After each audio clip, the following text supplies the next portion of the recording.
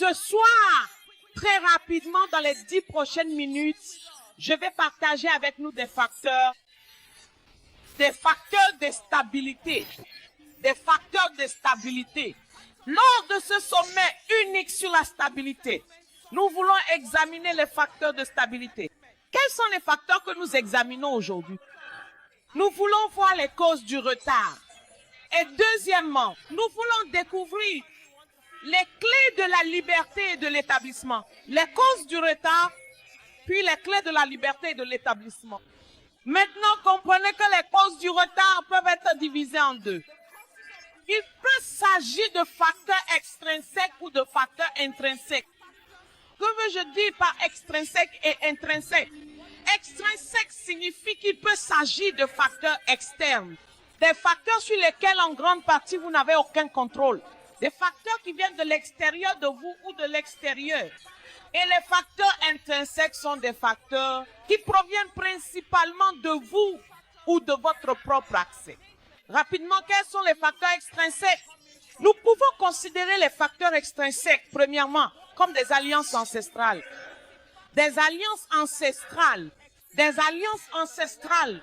Et deuxièmement, les facteurs extrinsèques sont les transferts de lignées sanguines. Il y a des personnes ici aujourd'hui qui devraient déjà être mariées mais qui ne le sont pas.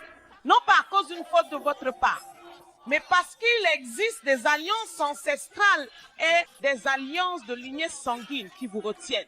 Il y a des accords qui ont été conclus en votre nom et qui vous retiennent, mais aujourd'hui, ils seront arrêtés et annulés au nom de Jésus.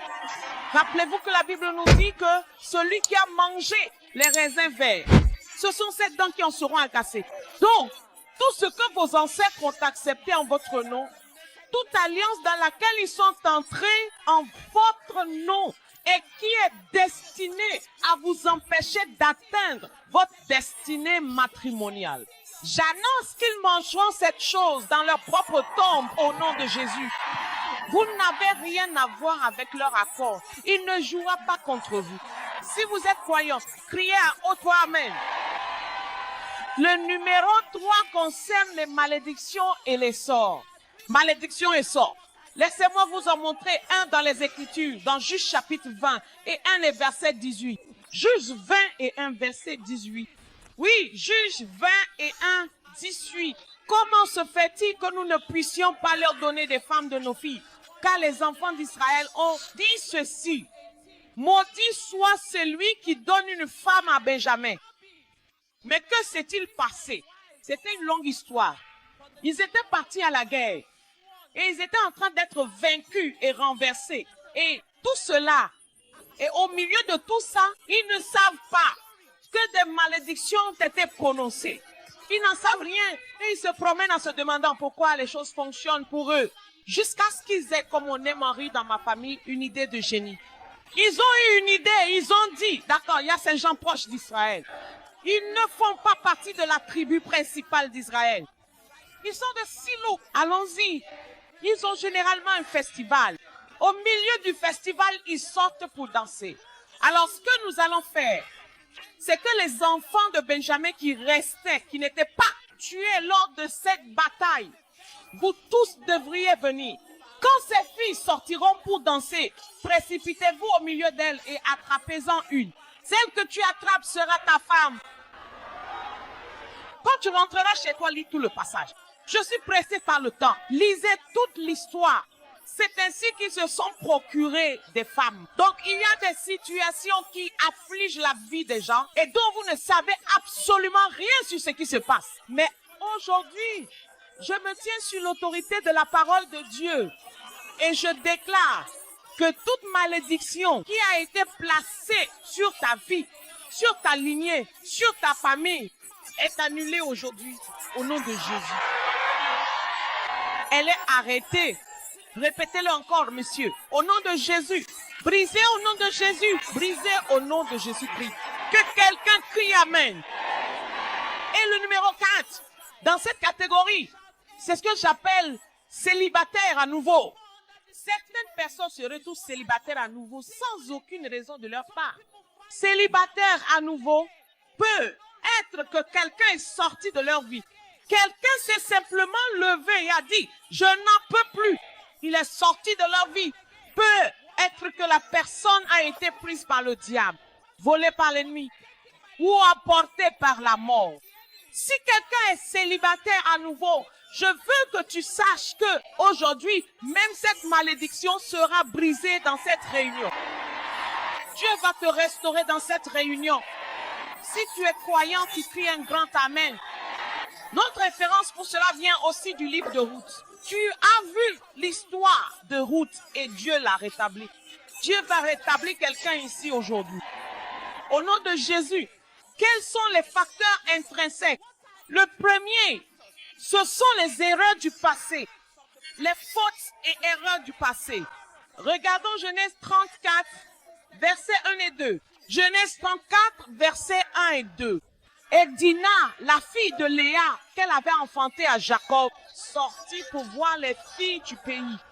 Et quand Sichem, fils de Hamor, le Hévien, prince du pays, la vit, il la prit, coucha avec elle et la déshonora. Encore une fois, je vous encourage à lire tout le passage en rentrant chez vous. Que s'est-il passé? À la fin de la journée, les frères de Dina, Lévi et compagnie, en colère et impulsifs, se sont levés, sont entrés dans le camp et ont organisé sournoisement pour que tous les habitants de ce pays soient circoncis. Et lorsqu'ils étaient souffrants et ne pouvaient pas bouger ni se défendre, ces jeunes hommes sont allés et ont tué tous les hommes du pays, y compris Sichem lui-même. C'est ainsi que Dina est restée sans mari pour le reste de sa vie. Facteurs intrinsèques. Il y a ici des personnes qui sont entrées dans une sorte d'alliance ou d'accord. Au lycée, à l'université, quelque part en cours de route, tu as fait couler ton sang. Le garçon a fait couler son sang. Ils l'ont mélangé. Ils l'ont mis dans du vin et l'ont bu. Si tu ne m'épouses pas, personne d'autre ne t'épousera. Et tu as accepté. Et le garçon a accepté. Et puis, vous l'avez bu. Vous êtes entrés dans l'alliance. Et c'est ainsi que les gens ont lié leur vie. Toute personne ici qui est victime de cela, et je sais que je parle à quelqu'un, toute personne qui est victime de cela ici aujourd'hui, nous nous tenons sur l'autorité de la parole de Dieu et nous brisons de telles alliances sur ta vie au nom de Jésus. Nous vous guiderons dans des renoncements d'alliance à la fin. Et ceci sera l'une des alliances brisées. Tout accord que vous avez conclu sans verser de sang, dit verbalement en disant, si ce n'est pas toi, ce ne sera personne d'autre. Toute déclaration de ce genre, aujourd'hui, elle est arrêtée, elle est brisée, elle est neutralisée. Si tu crois, crie bien fort. Toujours sur ce point précis, il y a des personnes sur le point de se marier qui sont entrées dans une relation prémaritale, une relation sexuelle prémaritale. Et cette relation a été détruite. Aujourd'hui, alors que tu demandes à Dieu le pardon de ces dépôts négatifs, cela sera renversé et tu seras libre au nom de Jésus-Christ. Deuxièmement, il s'agit des traits personnels et des problèmes de caractère. Nous voyons dans Esther, chapitre 1, verset 12. Esther 1, 12. Nous voyons dans la vie de la reine Vashti. La reine Vashti était très belle. Il y a des jeunes femmes qui voient cela. Oh, elle est si belle. Pourquoi n'est-elle pas mariée? Veuillez découvrir comment est son caractère lorsqu'elle est en proximité avec l'homme venu la demander en mariage. Et certains jeunes hommes, très beau jeune homme, très accompli, il a de l'argent, tout fonctionne. Et pourtant, personne n'accepte de l'épouser. Renseignez-vous sur le caractère qu'il affiche.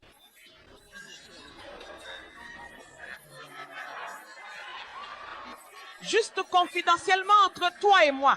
La vérité, c'est que si tu cherches partout un homme bien établi, très riche, qui possède 3 Mercedes, 4 Toyota, 6 Land Cruiser. Attends, on n'a pas encore fini de parler. Et il possède une maison à Maitama. Tu comprends ce que je veux dire? Ou bien à Lekki, ou encore à Manhattan. Tu comprends parfaitement ce que je veux dire par là. Si vous êtes à la recherche de ce genre d'homme, un homme véritablement présent et engagé pour se présenter concrètement avant de dire un oui définitif à la proposition de mariage, Je ne veux pas dire le reste. Vous n'attendrez pas longtemps. Amen. Au nom de Jésus. Amen. Sœur, commence là où tu es. Commencez avec ce qui est disponible.